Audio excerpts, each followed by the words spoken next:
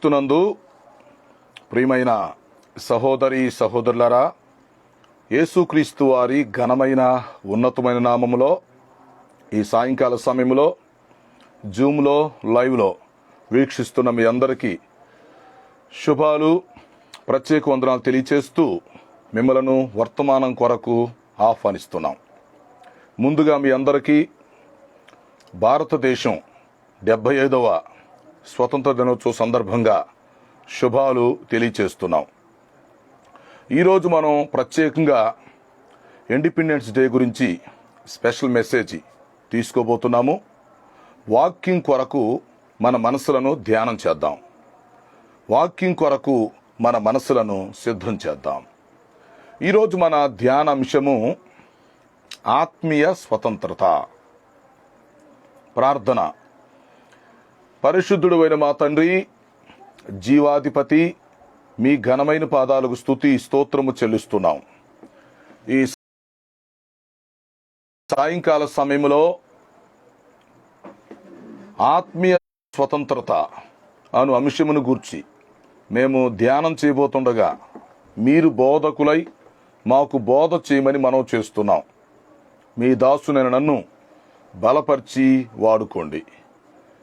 లైవ్లో వీక్షిస్తున్న ప్రియ ప్రేక్షకులను, వారి కుటుంబాలను, సంఘాలను, పరిచర్యను దీవించమని మనం చేస్తున్నాం. మా భారతదేశమును స్వతంత్రం వచ్చినప్పటి నుండి ఇంతవరకు ఈ 75 సంవత్సరాలు మీరు చూపిన కృప కొరకు మీకు స్తుతులు చెల్లిస్తున్నాం. భారతదేశం పట్ల మీరు చేస్తూ వచ్చిన మేలన్నిటి కొరకు మీకు స్తుతులు చెల్లిస్తున్నాం. ఈ సమయంలో మాకు అవసరమైన సందేశం దయచేసి మీరే మహిమ పొందమని యేసు పరిశుద్ధ నామములో అడుగుచున్నాను తండ్రి, ఆమేన్. ప్రియులారా, మంచిది. లైవ్లో కూడి వచ్చిన మీ అందరికీ మరొకసారి భారతదేశం 75వ స్వతంత్ర దినోత్సవ సందర్భంగా మీ అందరికీ శుభాలు తెలియచేస్తూ మిమ్మలను వర్తమానం కొరకు ఆహ్వానిస్తున్నాం. ఈరోజు మన ధ్యానాంశము ఆత్మీయ స్వతంత్రత. ఒక వ్యక్తి ఆత్మీయ స్వతంత్రత ఎలా పొందుకోవాలి? ఆత్మీయ స్వతంత్రత అంటే ఏమిటి? అలాగే భారతదేశ స్వతంత్రానికి సంబంధించిన కొన్ని విషయాలు కూడా ఉదాహరణకు ఈ సమయంలో మనం చూడబోతున్నాం. ప్రతి గురువారం ఉదయం 6 గంటలకు ఆరాధన టీవీలో వస్తున్న కార్యక్రమాలు మీరు వీక్షించి ఆత్మీయంగా మేలు పొందొచ్చని మీకు మనవి చేస్తున్నాం. అలాగే క్రీస్తు రాకడ ధ్వని యూట్యూబ్ ఛానల్ తప్పకుండా మీరంతా సబ్స్క్రైబ్ చేయండి. ఇతరులకు కూడా షేర్ చేసి వారిని కూడా సబ్స్క్రైబ్ చేసుకోమని చెప్పండి. అలాగే క్రీస్తు రాకడ ధ్వని ఫేస్బుక్లో మీరు చేరితే మిమ్మలను బలపరచటానికి మేము సిద్ధంగా ఉన్నాం. ఎవరైనా ఆన్లైన్లో బైబిల్ ట్రైనింగ్ చేయాలని ఆశపడితే Elohim short term Bible course మీకు అందుబాటులో ఉంది. ఆ అవకాశాన్ని మీరు ఉపయోగించుకోవచ్చని మీకు మనవి చేస్తున్నాం. ప్రియులారా, క్రీస్తు రాకడ ధ్వని ఆత్మీయ కుటుంబం పక్షంగా, ఆన్లైన్ మినిస్ట్రీ పక్షంగా మీకు శుభాలు తెలియచేస్తున్నాం. మంచిది. ఈరోజు కొంత సమయం స్వతంత్రాన్ని గురించి ఆలోచిద్దాం. దేవుని వాక్యాన్ని చూద్దాం. గలతీలకు రాసిన పత్రిక 5వ అధ్యాయము 1వ వచనములో పౌలు భక్తుడు గలతీ సంఘాలకు పత్రిక వ్రాస్తూ ఈ విధంగా చెప్పాడు.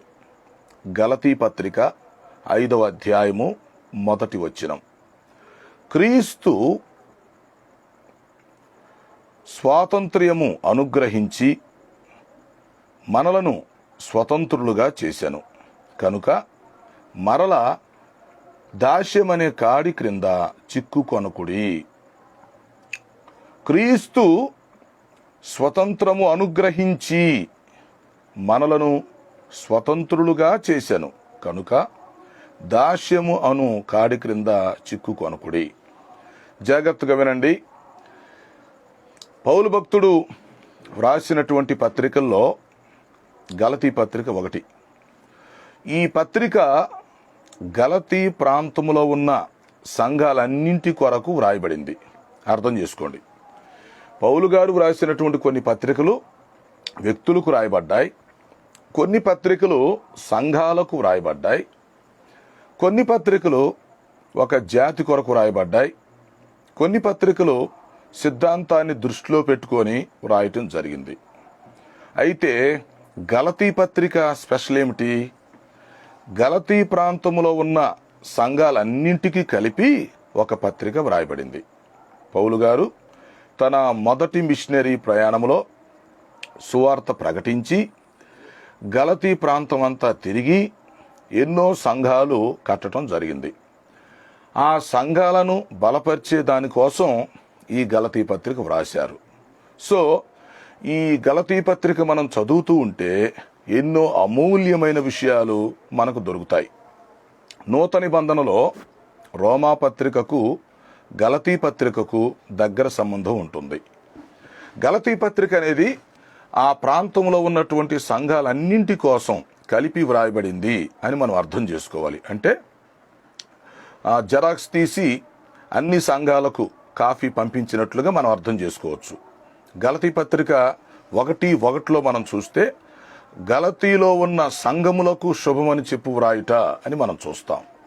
సో ప్రియమైన వారులారా, పౌలు భక్తుడు గలతీ సంఘాలకు ఈ పత్రిక వ్రాస్తూ ఏం చెప్తున్నారు? 5:1 క్రీస్తు మనకు అనుగ్రహించినటువంటి స్వతంత్రతను గూర్చి మాట్లాడుతున్నాడు. క్రీస్తు మనకు స్వతంత్రత అనుగ్రహించాడు. ఆలోచించండి, అనుగ్రహించటం అంటే అర్థం ఏంటి? అనుగ్రహించటం అంటే స్వతంత్రత ఆయన సంపాదించి మనకు ఇస్తే దాన్ని అనుగ్రహించటం అంటారు. అంటే బహుమానంగా ఇవ్వడం. యేసుక్రీస్తు వారు స్వతంత్రతను సాధించారు, స్వతంత్రతను సంపాదించారు. ఆ స్వతంత్రత మనకు ఇవ్వటం జరిగింది. కాబట్టి క్రీస్తు స్వాతంత్ర్యము అనుగ్రహించి మనలను ఏం చేశాడు? స్వతంత్రులుగా చేశాడు. ఓకే, కనుక క్రీస్తు ద్వారా ఇప్పుడు మనం ఏమై ఉన్నాము? స్వతంత్రులమై ఉన్నాం. రైట్. అయితే క్రీస్తు ద్వారా స్వతంత్రులమైనటువంటి మనము మరలా దాస్యము అనే కాడి క్రింద చిక్కుకొనకూడదు అని చెప్పబడింది.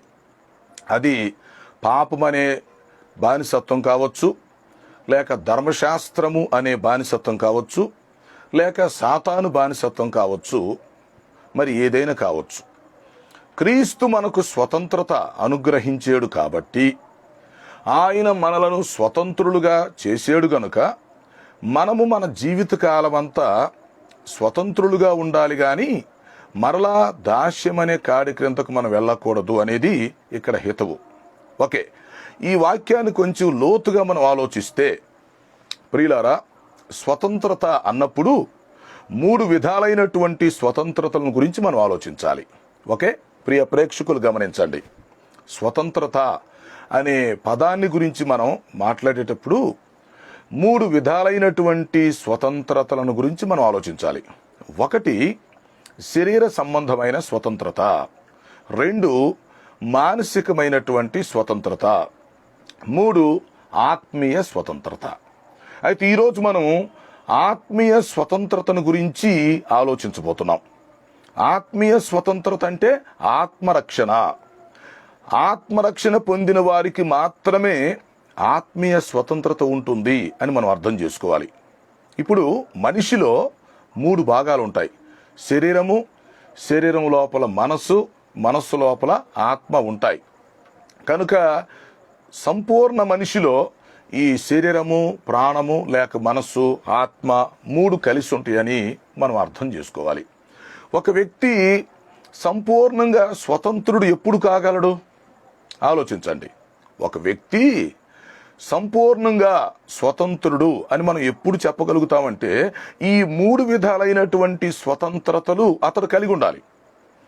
అతడు శరీర సంబంధంగా స్వతంత్రుడై ఉండాలి, తర్వాత మానసికంగా స్వతంత్రుడై ఉండాలి, ఈ 2కి మించి అతడు ఆత్మీయంగా స్వతంత్రుడై ఉండాలి. ఈ 3 స్వతంత్రతలు ఒక వ్యక్తి పొందుకోగలిగినప్పుడు ఆ వ్యక్తిని సంపూర్ణ స్వతంత్రుడు అని మనం చెప్పొచ్చు. అయితే ఈ రోజుల్లో మనం దేని గురించి ఎక్కువ ఆలోచిస్తున్నామంటే శరీర సంబంధమైనటువంటి స్వతంత్రత గురించి ఆలోచిస్తున్నాం. ఇప్పుడు మన భారతదేశం యొక్క 75వ స్వతంత్ర దినాన్ని మనం జ్ఞాపకం చేసుకుంటున్నాం. అవునా? 1947వ సంవత్సరంలో ఆగస్టు 14వ తేదీ అర్ధరాత్రి వేళ భారతదేశానికి స్వతంత్రం వచ్చింది. సో ఇప్పుడు మనం 74 సంవత్సరాలు ముగించుకొని మరో నూతన సంవత్సరంలోనికి అడుగు పెట్టడం జరిగింది. ఇది ఏ స్వతంత్రత?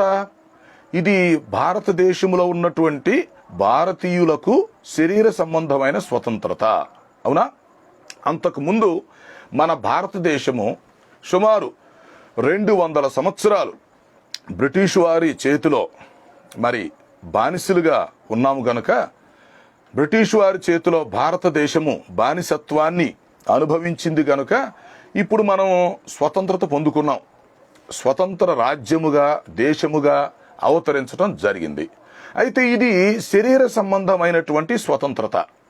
మన భారతదేశాన్ని మనమే పరిపాలించుకునేటట్లుగా, మన భారతదేశంలో ఉన్నటువంటి భారతీయులైనటువంటి మనం అందరం స్వతంత్రంగా ఉండేటట్లుగా ఈ స్వతంత్రతను మనం సంపాదించుకోవడం జరిగింది. ఇది భారతదేశంలో ఉన్నటువంటి ప్రతి వ్యక్తికి శరీర సంబంధమైనటువంటి స్వతంత్రతగా మనం గుర్తుంచుకోవాలి. ఓకే, ఈ శరీర సంబంధమైనటువంటి స్వతంత్రతల్లో మనం ఆలోచిస్తే భారత రాజ్యాంగం ప్రకారం 7 విధాలైనటువంటి శరీర సంబంధమైనటువంటి స్వతంత్రతలు భారతదేశ రాజ్యాంగం భారతీయులకు ఇచ్చినట్టుగా మనం అర్థం చేసుకోవచ్చు.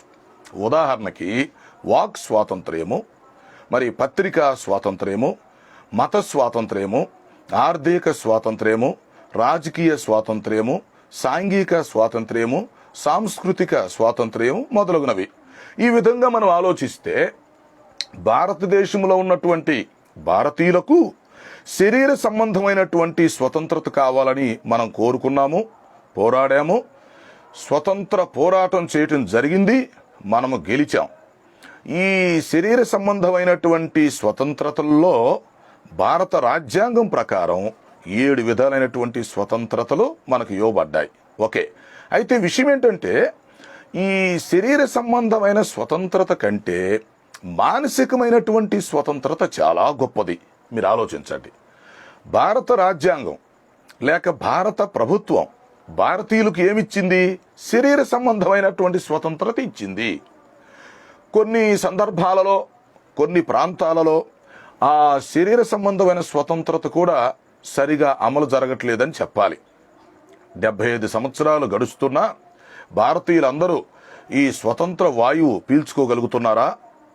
ఈ స్వతంత్రాన్ని అనుభవించగలుగుతున్నారా అంటే కొంత సందేహాస్పదంగానే చెప్పొచ్చు. శరీర సంబంధమైన స్వతంత్రత కంటే మానసికమైనటువంటి స్వతంత్రత ఇంకా ముఖ్యమైనది. మరి భారతీయుల్లో చాలా మంది మానసికంగా ఇంకా బానిసలుగా ఉన్నట్టుగానే మనం చూస్తాం. మరి ఇంట్లో భయంగా ఉండటం, సమాజంలో భయంగా ఉండటం, అవునా? గృహహింస జరగటం, పైవారు కింద వారిని వేధించటం, లేక పురుషులు స్త్రీలను వేధించడం, లేకపోతే ఇంకా కొన్ని ప్రాంతాలలో, కొన్ని స్థలాలలో ఆచారాల్లో ఉండి మరి మానసికంగా వేధించటం, ఇవన్నీ మనం చూస్తాం. అంటే శరీర సంబంధమైన స్వతంత్రత కొంతవరకు మనుషులు పొందుకోగలుగుతున్నారు. మరి మానసికమైనటువంటి స్వతంత్రత గురించి ఆలోచిస్తే అది తక్కువ స్థాయిలో ఉంది అని చెప్పుకోవాలి. ఈ రెండిటికి మించినది ఆత్మీయ స్వతంత్రత. ఆలోచించండి. శరీరమునకు, మనస్సుకు మించినది ఆత్మీయ స్వతంత్రత. భారతదేశంలో ఉన్న ప్రతి వ్యక్తికి ఆత్మీయ స్వతంత్రత కావాలి. ఆ లెక్కకొస్తే భారతీయులకే కాదు, ప్రపంచంలో ఉన్న ప్రతి వ్యక్తికి ఆత్మీయ స్వతంత్రత కావాలి. అయితే ఆత్మీయ స్వతంత్రత ఎవరు ఇస్తారు? ఆత్మీయ స్వతంత్రత ఎవరి నుండి మనకు కావాలి? ఈ ఆత్మీయ స్వతంత్రత మనకు ఎలా వస్తుంది? దానిని మనం ఎలా అనుభవించగలుగుతాం? ఈ విషయాలు ఆలోచించాలి. ప్రియమైన ప్రేక్షకులారా, మీరు క్రైస్తవులు అవ్వచ్చు, క్రైస్తవేతరులు అవ్వచ్చు, దయచేసి గమనించండి. ఇతరులకు ఈ మెసేజ్ మీరు షేర్ చేయండి. విశ్వాసులు, సేవకులు, నాయకులు ఉన్నారు. అలాగే యువకులు ఉన్నారు. అందరినీ ఉద్దేశించి సార్వత్రికంగా నేను మాట్లాడుతున్నాను. మనిషిలో 3 భాగాలు ఉన్నాయి కనుక 3 భాగాలకు స్వతంత్రత కావాలి. మన శరీరానికి కావాలి, మనసుకు కావాలి. ఈ రెంటికి మించి మన ఆత్మకు స్వతంత్రత కావాలి. ఆత్మకు స్వతంత్రత ఎప్పుడు వస్తుంది? ఆత్మరక్షణ పొందినప్పుడు వస్తుంది. అవునా? ఒక వ్యక్తి ఎప్పుడైతే ఆత్మరక్షణ పొందుకుంటాడో అప్పుడు ఆ వ్యక్తికి ఆత్మీయ స్వతంత్రత వస్తుంది. రైట్. మీరు ఒక ప్రశ్న అడగొచ్చు, పాస్టర్ గారు మరి ఆత్మరక్షణ పొందుకున్నప్పుడు ఆత్మీయ స్వతంత్రత వస్తే దానివల్ల ప్రయోజనం ఏంటి? ఎస్, ఒక వ్యక్తికి ఆత్మీయ స్వతంత్రత వచ్చినప్పుడు ఏమి జరుగుతుందంటే ఆ వ్యక్తి మరణించినప్పుడు నిత్య నరకము నుండి అగ్నిగుండము నుండి తప్పించబడి పరలోక రాజ్యములో ప్రవేశిస్తాడు. ఒక వ్యక్తి ఆత్మీయ స్వతంత్రత పొందుకున్నప్పుడు ఏం జరుగుతుందంటే అతడు పాపం అనేటువంటి బానిసత్వం నుండి విడుదల పొందుతాడు. అలాగే ధర్మశాస్త్రము అనేటువంటి దాసత్వము నుండి విడుదల పొందుతాడు. ముఖ్యంగా సాతాను చేతిలో నుండి, దుష్ట శక్తుల చేతిలో నుండి విడుదల పొందుతాడు. దీనిని ఆత్మీయ స్వతంత్రత అని పిలుస్తారు. ఒక వ్యక్తి ఆత్మీయ స్వతంత్రత పొందుకోగలిగితే సాతాను ఆ వ్యక్తి మీద పెత్తనం చేయటానికి వీల్లేదు. ఆ వ్యక్తి చీకటి శక్తుల ప్రాబల్యము నుండి బయటపడతాడు. అతడు ధర్మశాస్త్రానికి ఇక దాసుడుగా ఉండలేడు, పాపమునకు దాసుడుగా ఉండలేడు. అందువల్ల భూలోకములో ఉన్న ప్రతి వ్యక్తికి ఒకవైపు ఆత్మరక్షణ, ఆత్మ స్వతంత్రత కావాలి. అలాగే ఈ లోకములో మనం జీవిస్తున్నాం గనక మనందరికీ మనస్సాక్షి ఉన్నాయి గనుక మానసిక స్వతంత్రత కావాలి. అలాగే మనం శరీరాలతో ఉన్నాం గనుక, మనమంతా ఆత్మజీవులం కాదు కదా, శరీరాలతో ఉన్నాం గనుక శరీర సంబంధమైన స్వతంత్రత కూడా మనకి కావాలి. ఈ 3 స్వతంత్రతల కోసం ప్రతి వ్యక్తి ప్రయత్నించాలి, పోరాడాలి, విజయాన్ని సాధించాలి.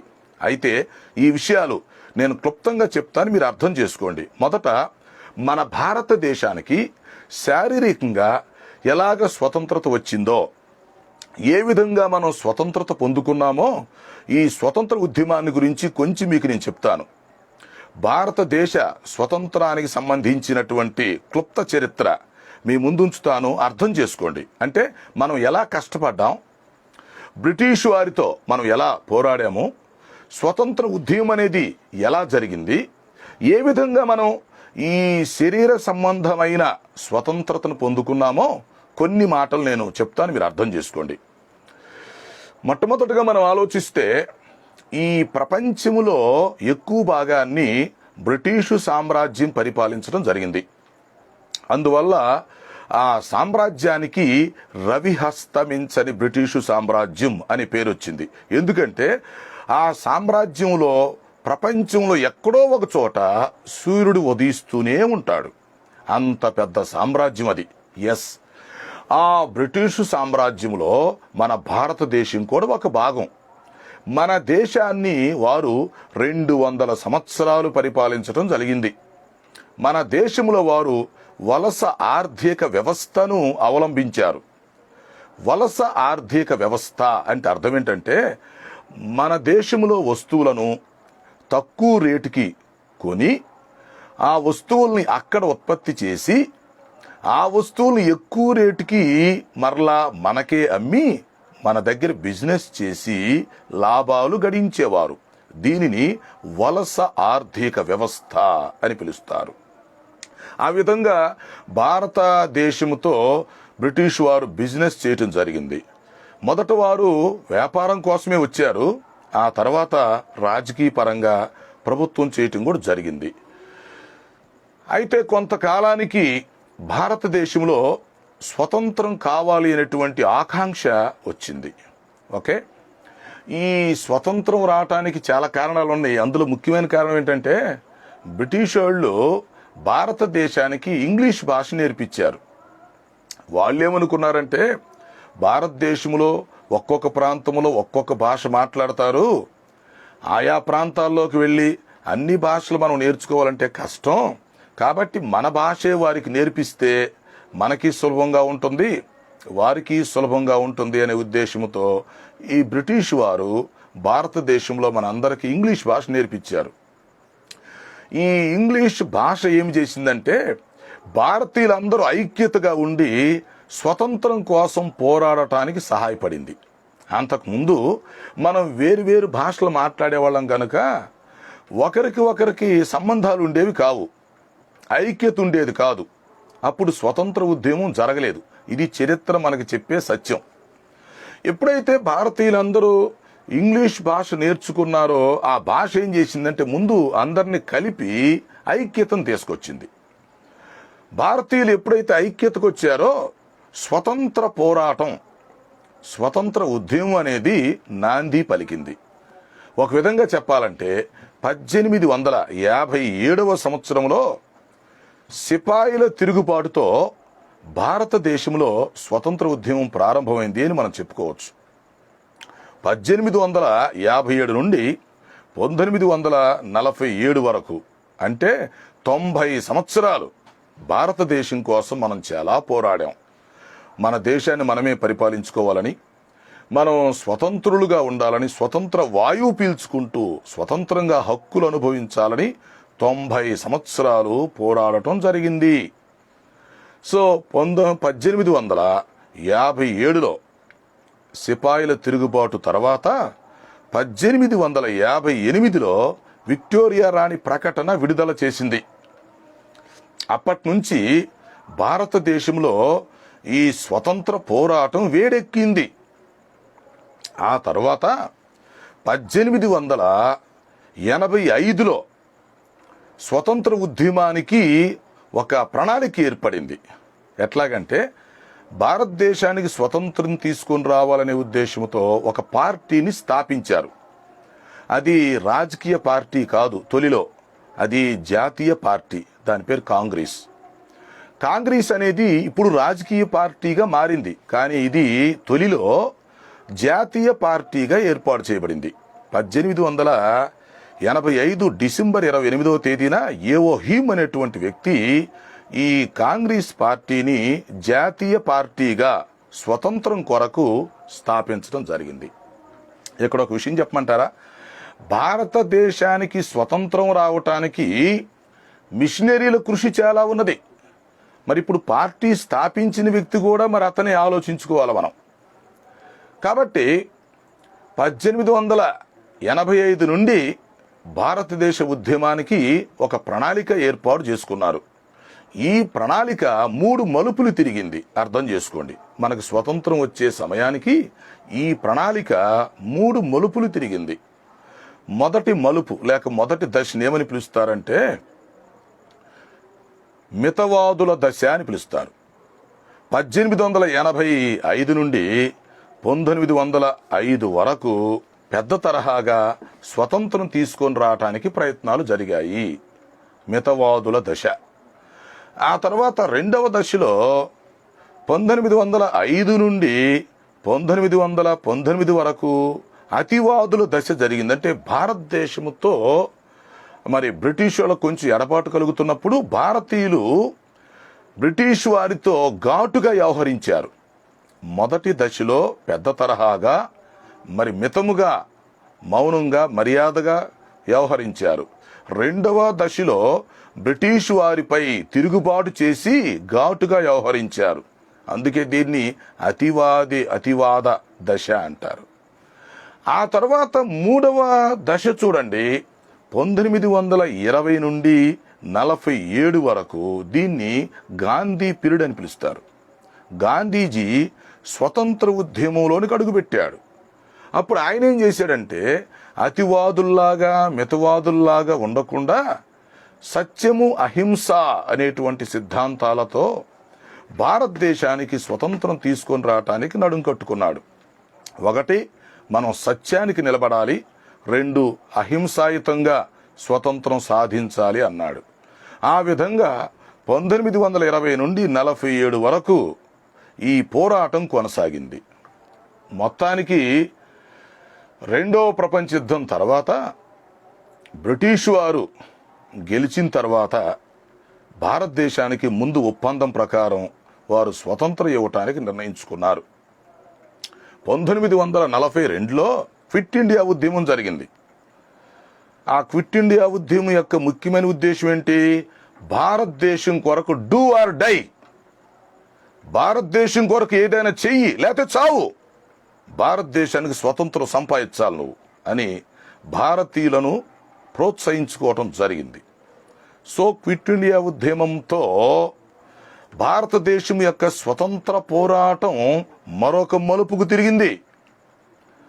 ఆ విధంగా ఈ బ్రిటిష్ వాళ్ళు గెలిచిన తర్వాత ముందు ఒప్పందం ప్రకారం 1947 ఆగస్టు 14వ తేదీ అర్ధరాత్రి వేళ మనకు స్వతంత్రం ఇచ్చి వెళ్ళిపోయారు. సో ఇప్పుడు మనం ఆగస్టు 15వ తేదీని స్వతంత్ర దినంగా ప్రకటించి అది భారతదేశానికి ఒక శుభదినంగా మనం భావిస్తూ జరుపుకుంటున్నాం. సంతోషం. అందువల్ల ప్రియ ప్రేక్షకులందరికీ 75వ ఇండిపెండెన్స్ డే సందర్భంగా మరి శుభాకాంక్షలు తెలియపరుస్తున్నాం. అయితే ఇక్కడ చెప్పదలసిన విషయం ఏంటంటే, మనిషిలో 3 భాగాలు ఉన్నాయి కదా. ఎస్, మనిషిలో 3 భాగాలు ఉన్నాయి కదా. శరీరము, మనస్సు, ఆత్మ. ఈ మూడిటికి స్వతంత్రం తెచ్చుకోకపోతే ఆ వ్యక్తి సంపూర్ణుడు కాదు. అది సంపూర్ణ స్వతంత్రం కూడా కాదు. అర్థం చేసుకోండి. అయితే ఇప్పుడు శరీర సంబంధమైన స్వతంత్రతను గురించి మనం మాట్లాడుతున్నాం. ఓకేనా? 90 సంవత్సరాల పోరాటం ఇది. ఈ 90 సంవత్సరాల్లో ఎన్నో మలుపులు జరిగాయి, ఎన్నో పరిణామాలు చోటు చేసుకున్నాయి. బ్రిటిష్ వాళ్ళపై ఎన్నో తిరుగుబాట్లు జరిగాయి. ఎంతోమంది భారతీయులు మరణించడం జరిగింది. ఎంతోమంది భారతీయులు మరి ఖైదీలుగా ఉండటం కూడా జరిగింది. మొత్తానికి స్వతంత్రాన్ని సాధించుకున్నాం. భారతదేశము నా మాతృభూమి, భారతదేశము స్వతంత్రం నా జన్మ హక్కు, దాన్ని సంపాదించుకొని తీరతాను అన్నట్లుగా మొత్తానికి స్వతంత్రం సంపాదించుకున్నాం. బ్రిటిష్ వాళ్ళు మనకు స్వతంత్రం ఇచ్చి వెళ్ళిపోయారు. బ్రిటిష్ వాళ్ళు వెళుతూ చాలా మేళ్లు కూడా మనకు చేశారు. దీన్ని 2 కోణాలు ఆలోచించుకోవాలి. పాజిటివ్గా ఆలోచించుకోవాలి, నెగిటివ్గా కూడా ఆలోచించుకోవాలి. ఆర్థికంగా అయితే వారు మన మీద వ్యాపారం చేశారు, రాజకీయంగా అయితే వారు మన మీద ప్రభుత్వం పెత్తనం చేశారు. కానీ కొన్ని విషయాల్లో చూస్తే కొంత అభివృద్ధి కూడా చేశాడని చెప్పుకోవచ్చు మనం. ఇప్పుడు వారు ఇంగ్లీష్ భాష మనకు నేర్పించారు, నాగరికత కొంతవరకు నేర్పించారు. మరి ఇప్పుడు పరిపాలన కానీ, పార్లమెంటు వ్యవస్థ కానీ ఇవన్నీ కూడా బ్రిటిష్ వాళ్ళ ద్వారా వచ్చాయి. సరే, ఏది ఏమైనా మన దేశాన్ని మనం పరిపాలించుకోవటం అనేది గర్వకారణం. మన దేశానికి స్వతంత్రత వచ్చింది. ఇప్పుడు మన దేశం ఏది దేశం? ఇది గణతంత్ర దేశం. అంటే భారతదేశానికి ఒక స్వతంత్రం రావటమే కాకుండా ఒక రాజ్యాంగాన్ని కూడా మనం ఏర్పాటు చేసుకొని ఆ రాజ్యాంగాన్ని మనం అమలుపరుచుకునే పద్ధతి, దాన్ని గణతంత్ర రాజ్యం అని పిలుస్తారు. సో ఈ విధంగా ప్రియులారా, భారతీయులైనటువంటి మనకు శరీర సంబంధంగా స్వతంత్రత వచ్చింది. చాలా సంతోషం. రాజ్యాంగం మనకి 7 విధాలైనటువంటి స్వతంత్రతలు కూడా ఇచ్చింది. వాటిని మనం చక్కగా అనుభవించాలి. మంచిది. ఇక రెండో విషయానికి వస్తే, మరి మానసికమైన స్వతంత్రత సంగతి ఏంటి? శరీర సంబంధంగా ఒక వ్యక్తి స్వతంత్రుడై ఉండొచ్చు, కానీ అతని మనస్సులో అతనికి ఫ్రీడమ్ లేకపోతే, అతని మనస్సులో అతనికి ప్రశాంతత లేకపోతే, సంతోషం లేకపోతే, నిర్ణయాలు తీసుకునే శక్తి ఉండకపోతే ఈ శరీర సంబంధమైన స్వతంత్రత సరిపోతుందంటారా? ఆలోచించండి. మరి కొన్ని ప్రాంతాల్లో మనం చూస్తే గృహహింస జరుగుతుంది కదా. కొన్ని ప్రాంతాల్లో మనం చూసినప్పుడు ఇంకా టెర్రరిజం జరుగుతుంది కదా. కొన్ని ప్రాంతాల్లో మనం చూసినప్పుడు ఈ ఆచారాలు, ఈ సంస్కృతికి సంబంధించిన విషయాల్లో ఇంకా హత్యలు జరుగుతూనే ఉన్నాయి, మానసికంగా వేధింపులు జరుగుతూనే ఉన్నాయి. మరి ప్రతి మనిషికి మానసికంగా కూడా స్వతంత్రత రావాలి. రాజ్యాంగం శరీర సంబంధంగా మనకు స్వతంత్రత ఇచ్చినట్లుగా మానసికంగా కూడా స్వతంత్రత ఇవ్వగలగాలి. ఇవ్వటం కోసమే రాజ్యాంగం కూడా ఉంది. ప్రభుత్వం కూడా ప్రతి వ్యక్తికి శారీరకంగా, మానసికంగా స్వతంత్రత ఉండాలనే ప్రభుత్వం కూడా ప్రయత్నిస్తుంది, చట్టాలు చేస్తుంది, రాజ్యాంగాన్ని అమలుపరచడం జరుగుతుంది. రైట్. సరే, మరొక విషయం ఏంటంటే, ఈ శరీరాన్ని, మనస్సును ఇలా ఉంచితే ఈ రెండిటికంటే ముఖ్యమైనది మనిషి లోపల ఉన్నటువంటి ఆత్మ. ప్రియులారా, అర్థం చేసుకోండి. మనిషి శరీరము మట్టిలో నుండి వచ్చింది కనుక తిరిగి మట్టిలో కలిసిపోతుంది. మనము 70, 80 లేక 100 సంవత్సరాలు బ్రతికిన తర్వాత మరణిస్తాం. కానీ మన లోపల ఉన్నటువంటి ఆత్మకు మరణము లేదు. మన లోపల ఉన్నటువంటి ఆత్మకు అంతము లేదు. ఆత్మకు మరణము లేదు, ఆత్మకు అంతము లేదు, వృద్ధాప్యం లేదు, వయసుతో నిమిత్తం లేదు. దేవుడు ఎలాగ శాశ్వత కాలం జీవిస్తాడో మనిషిలో ఉన్నటువంటి ఆత్మ కూడా శాశ్వత కాలం ఉంటుంది. మనం చనిపోయిన తర్వాత పరలోకానికో నరకానికో వెళ్ళటం జరుగుతుంది. పరలోకము శాశ్వతమే, నరకము కూడా శాశ్వతమే. కాబట్టి ఒక వ్యక్తి చనిపోయిన తర్వాత శాశ్వత కాలం నిత్యత్వంలో ప్రవేశించాలంటే అతనేం చేయాలి? ఆత్మరక్షణ పొందుకోవాలి. ఆత్మీయ స్వతంత్రత అనేది కావాలి. ఈ లోకంలో శరీర సంబంధమైన స్వతంత్రత కోసం మనం పోరాటం చేస్తున్నాము, గెలిచాం, మంచిది. కానీ ఇప్పుడు ఆత్మ సంబంధమైన స్వతంత్రత మనకు కావాలి. ఎందుకంటే మనమంతా సాతాను చేతుల్లో బానిసలుగా ఉన్నాం. పాపము చేతుల్లో మనం బానిసలమైపోయాం. అర్థం చేసుకోండి. యోహాను సువార్త 8:34 ప్రకారం పాపము చేయు ప్రతివాడు పాపమునకు దాసుడు. కనుక ప్రతి వ్యక్తి కూడా తెలుసో తెలియకో కొన్ని తప్పులు చేస్తున్నాడు. గనక మానవులంతా మనం పాపులమే కాబట్టి ఈ పాపానికి మనం దాసులమైపోయాం. ఎప్పుడైతే మనం పాపానికి దాసులమైపోయామో తర్వాత ఏమయ్యాం? బలహీనులమైపోయాం. ముందు పాపము చేయడం ద్వారా పాపానికి దాసులమైపోయాము. ఓకే, పాపానికి దాసులమైన తర్వాత మనం బలహీనులమైపోయాం. అర్థమైందా? ఎప్పుడైతే మనం బలహీనులమైపోయామో అప్పుడు సాతాను ఏం చేశాడు? మనలను వశపరుచుకొని మన హృదయాలను గెలిచి మనలను బానిసలుగా చేసుకున్నాడు. సో ఇప్పుడు మనం అందరం సాతాను చేతుల్లో బానిసలుగా ఉన్నాం. సాతాను ఆట బొమ్మల్లాగా మనతో ఆడుకుంటున్నాడు. సాతాను మనకు చెడు ప్రేరేపణలో కలిగించి మనలను నాశనం చేస్తున్నాడు. మీకు తెలుసా? రేపు మనం చనిపోయిన తర్వాత నరకానికి, అగ్నిగుండానికి వెళతాం మనం. ఎందుకంటే సాతాను చేతుల్లో బానిసలమైపోయాం. అందువల్ల ఇప్పుడు మనకి ఏం కావాలి? శారీరకంగా, మానసికంగా స్వతంత్రత సంపాదించుకుంటూ అదే సమయంలో ఆత్మ సంబంధమైనటువంటి స్వతంత్రత సంపాదించుకోవాలి. అప్పుడేం జరుగుతుంది? సాతాను చేతుల్లో నుంచి మనము విడిపించబడతాము. సాతాను చేతుల్లో నుంచి మనం విడుదల పొందుతాం. అయితే ఈ ఆత్మ సంబంధమైన స్వతంత్రత మనకు ఎవరిస్తారు? ఈ భూలోకంలో, ఈ మానవ జాతిలో ఆత్మను ఎవరు రక్షించగలరు? ఆత్మ సంబంధమైన స్వతంత్రత ఎవరు ఇస్తారు అని ఆలోచిస్తే యేసుక్రీస్తు ఇస్తాడు అని వాక్యం చెప్తుంది. గలతీ పత్రిక 5:1 క్రీస్తు మనకు స్వాతంత్ర్యము అనుగ్రహించి మనలను స్వతంత్రులుగా చేసెను. చూసారా? యేసుక్రీస్తు వారే మనకు స్వతంత్రత అనుగ్రహించాడు, మనలను స్వతంత్రులుగా చేశాడు. అంటే యేసుక్రీస్తు మన పక్షంగా సాతానుతో పోరాడి మన పక్షంగా ఆయన మూల్యం చెల్లించి మనం పాపములకు రావలసినటువంటి ఆ శిక్ష, ఆ శాపాన్ని ఆయనే భరించి తన ప్రాణం పెట్టి తన రక్తాన్ని చిందించి సాతాను చేతుల్లో నుంచి మనల్ని విడిపించాడు. అర్థం చేసుకోండి. బానిసలుగా ఉన్నటువంటి మనలను యేసుక్రీస్తు ఏం చేశాడు? మన పక్షంగా పోరాడాడు. ఆయన ఆత్మ సంబంధమైన స్వాతంత్ర సమరయోధుడు. ఆయన మన పక్షంగా పోరాడాడు, సాతానును జయించాడు, మూల్యము చెల్లించాడు. మన స్థానంలో మనకు రావలసిన శిక్షను, శాపాన్ని ఆయన భరించాడు. తన ప్రాణం అర్పించాడు, రక్తాన్ని చిందించాడు. ఆ విధంగా ఈ సాతాను చేతిలో నుండి మానవ జాతిని ఆయన విడిపించాడు.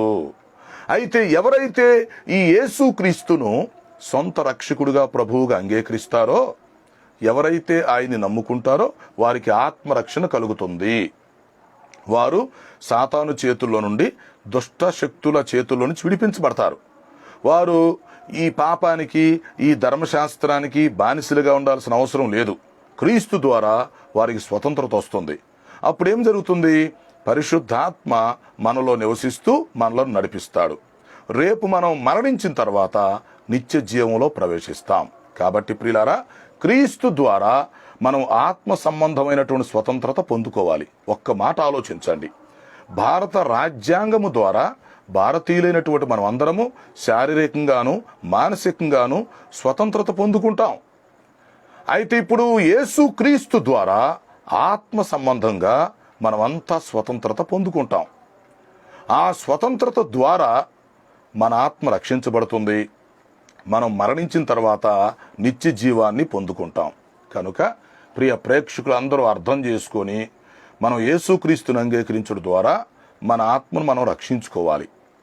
శారీరకంగా మానసికంగా ఆత్మీయంగా మనం స్వతంత్రత పొందుకొని ఈ లోకంలో మనం సంపూర్ణులుగా జీవించాలి. మనము ఈ లోకంలో స్వతంత్రత కలిగి ఉండాలి. ఒకరినొకరు గౌరవించుకుంటూ ఉండాలి.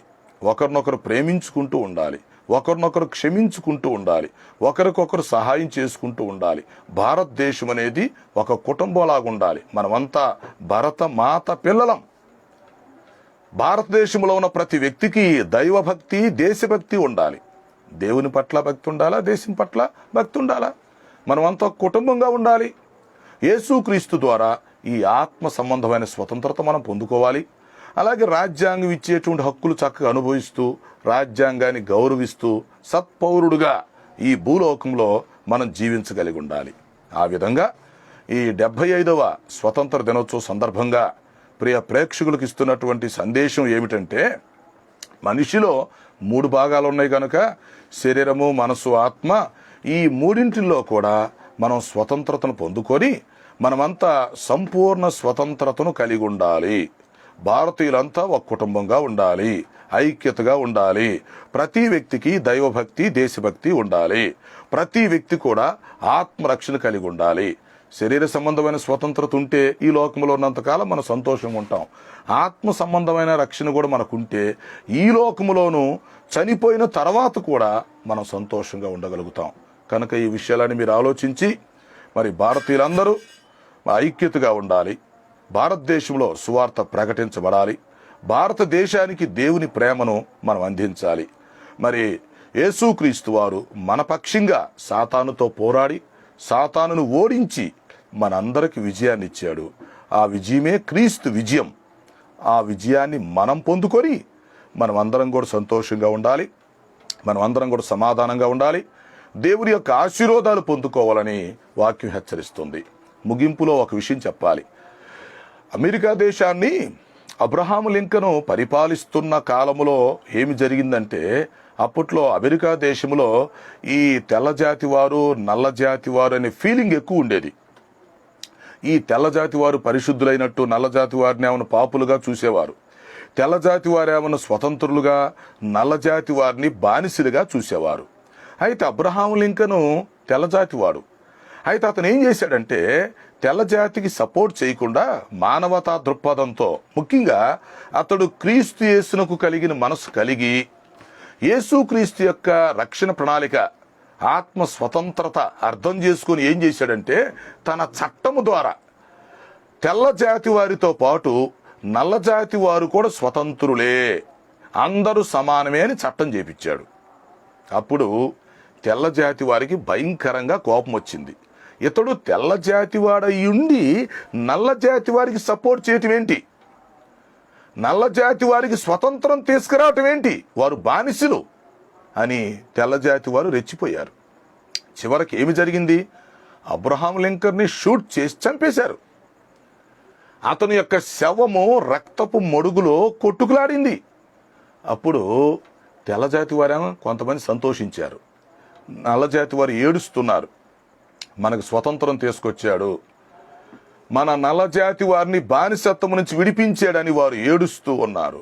నిజమే, అబ్రహాము లింకను తాను చేసిన చట్టము ద్వారా నల్ల జాతి వారికి స్వతంత్రం తీసుకొచ్చి తన ప్రాణాన్ని త్యాగం చేయడం జరిగింది. సో ప్రియమైన ప్రేక్షకులారా, అబ్రహాము లింకను అమెరికాలో ఉన్న నల్ల జాతి వారి కోసం, వారి శరీర సంబంధమైన స్వతంత్రత కోసం తన ప్రాణాన్ని ఇవ్వగలిగాడు, త్యాగం చేశాడు. కానీ యేసుక్రీస్తు అయితే ప్రపంచంలో ఉన్న మానవ జాతి అంతటి కోసం, అందరూ ఆత్మరక్షణ పొందాలని, అందరూ ఆత్మీయ స్వతంత్రత పొందుకోవాలని అందరి కోసం ఆయన శిలువలో మరణించి తన ప్రాణం పెట్టి రక్తము చిందించి మానవ జాతికి రక్షణ ప్రణాళిక ఏర్పాటు చేశాడు. మానవ జాతికి ఆత్మీయ స్వతంత్రత ఏర్పాటు చేశాడు. కాబట్టి మనం అందరం కూడా యేసుక్రీస్తు ద్వారా ఆయన్ని నమ్ముకొని ఆత్మరక్షణ పొందుకొని స్వతంత్రులుగా ఉండాలని, దేవుని రాజ్యము కొరకు సిద్ధపాటు కలిగి ఉండాలని వాక్యం ద్వారా హెచ్చరిస్తూ మరొకసారి మన భారతదేశ స్వతంత్ర శుభాకాంక్షలు మీ అందరికీ తెలియపరుస్తూ ఈ మాటలు ముగిస్తున్నాం. అట్టి కృపను దేవుడు మనకు దయచేయును గాక. ఆమేన్. ప్రార్థన చేసుకుందాం. పరిశుద్ధుడు అయిన మా తండ్రి, జీవాధిపతి, మీ ఘనమైన పాదాలకు స్తుతి స్తోత్రము చెల్లిస్తున్నాం నాయన. ఈ లోకంలో జీవిస్తున్న మేము క్రైస్తవులు, క్రైస్తవేతరులు అందరము సంపూర్ణంగా 3 విధాలైన స్వతంత్రతలు కలిగి ఉండాలని మాతో మాట్లాడినందుకు నీకు స్తోత్రాలు.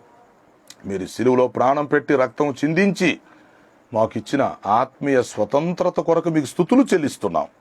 మా భారతదేశాన్ని రక్షించండి, మా భారతదేశాన్ని దీవించండి, అన్ని రంగాల్లో అభివృద్ధి చేయండి ప్రభువా. ఈ 75వ సంవత్సరంలో భారతదేశము అభివృద్ధి పదములో పయనించుటకు సహాయం చేయండి. భారతదేశంలోను ప్రపంచవ్యాప్తంగా ఉన్నటువంటి కరోనా వైరస్ను కూడా అరికట్టి మానవ జాతికి శాంతి సమాధానాలు దయచేయమని మనం చేస్తున్నాం. ఈ వర్తమానం వింటున్న ప్రియ ప్రేక్షకులను దీవించండి ప్రభువా. మీ యొక్క కృప, మీ ఆశీర్వాదం మాకు దయచేయండి. మహిమ, ఘనత, ప్రభావాలు మీకే చెల్లిస్తూ యేసు పరిశుద్ధ నామములో అడుగుచున్నాను తండ్రి. ఆమేన్. తండ్రి, కుమార, పరిశుద్ధాత్మ త్రియేక దేవుని దీవెన సదా మనకు తోడై నడిపించునుగాక. ఆమేన్, ఆమేన్. మరొకసారి మీ అందరికీ భారతదేశం 75వ స్వతంత్ర దినోత్సవ శుభాకాంక్షలు తెలియజేస్తూ ఈ వర్తమానం ముగిస్తున్నాం. Thank you.